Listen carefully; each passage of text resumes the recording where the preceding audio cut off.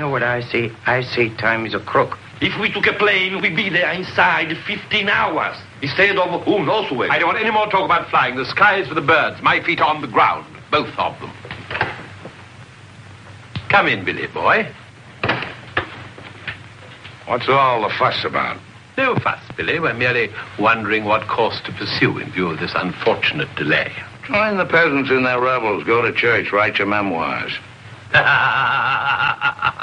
Very funny. I like an associate of mine to have a sense of humor.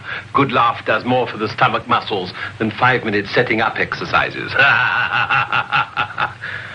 And now that we've had our moment of fun, and all the better for it, let's get back to the question.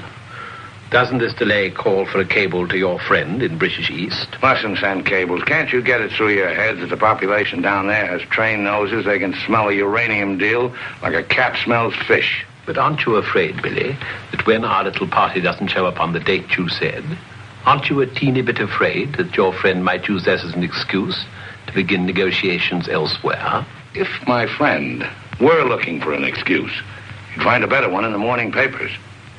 What do you mean? I'm talking about the untimely demise of Paul Van Meer. I'm appalled, Billy. What an unwholesome opinion you must have of your colleagues. To imagine that we... Look here, Peterson, you don't have to convince me of anything. You don't care what I think as long as I don't do anything about it. And I won't, unless you ever decide to sick that knife-happy little junkie on me. Watch yourself, laddie. Now, Jack, behave yourself. Sit down. For shame, Billy.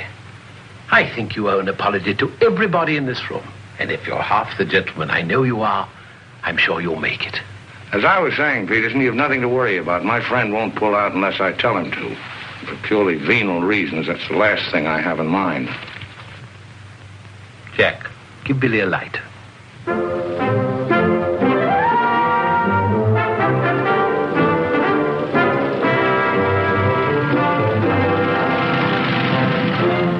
What a wonderful car. It looks as if it had won the Grand Prix d'Elegance many years ago. Oh, it did. It was built for Oraposo. You know, the bullfighter. He had it made this way so he could stand up and take bows. He only got one ride in it, bequeathed it to me on his deathbed. Well, here's to Oraposo. I hope you like champagne. You mean it's yours? Well, I gave it to my former chauffeur, the fat bandit in the front seat. Harry, look at that wonderful villa.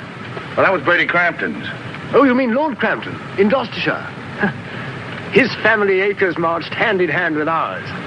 Gloucestershire, the cathedral towns, trout fishing, garden parties. What a beautiful life. You know England well? Emotionally, I am English. I serve tea every afternoon with crumpets, and I've always kept up my subscription to Country Life and to Tetler. Trouble with England, it's all pomp and no circumstance. You're very wise to get out of it. Escape while you can. Well, I'd hardly describe myself as escaping. Simply so happened that a relative of mine, first cousin actually, who died recently, happened to be the owner of a coffee plantation. Africa's the place now. You talk about the diamond boys, the gold boys. They just skimmed a little off the top. Potential mineral wealth of Africa's hardly been scratched. Now, there is a villa. Big. Well, that's the Villa Capriccio, famed in song and story, a 3-star attraction in Baedeker. Well, whose is it? Well, the bank's on it now. It used to be mine. Yours? Yes, I brought old Charles over from Fouquet's. You know, the old Fouquet's, to run it for me. Then when I decided to pull up stakes, I bought him this restaurant we're going to. Least I could do to show my appreciation. Well, here we are. Charles! Charles! Wait here a minute while I rout old Charles out. He doesn't even know we're in this neck of the woods. Charles! Charles! She must think we're extraordinarily naive. Knew all those people. Owned that vast villa. Bought this place because he liked the fellow's cooking. What utter balderdash. Oh, perhaps he did. I beg leave to doubt it. Did you notice his wife? She seemed to be rather a sensitive little woman.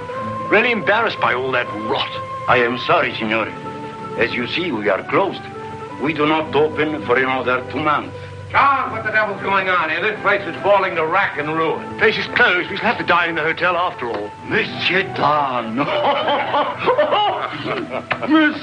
Monsieur Dan. Madame, why did you not let me know you were coming? You did not say you were with Monsieur Dan. Nothing is closed to Monsieur Dan. Good to see you again, Charles. It's been too long, Monsieur Dan. Not since the night you left the villa. Remember your farewell.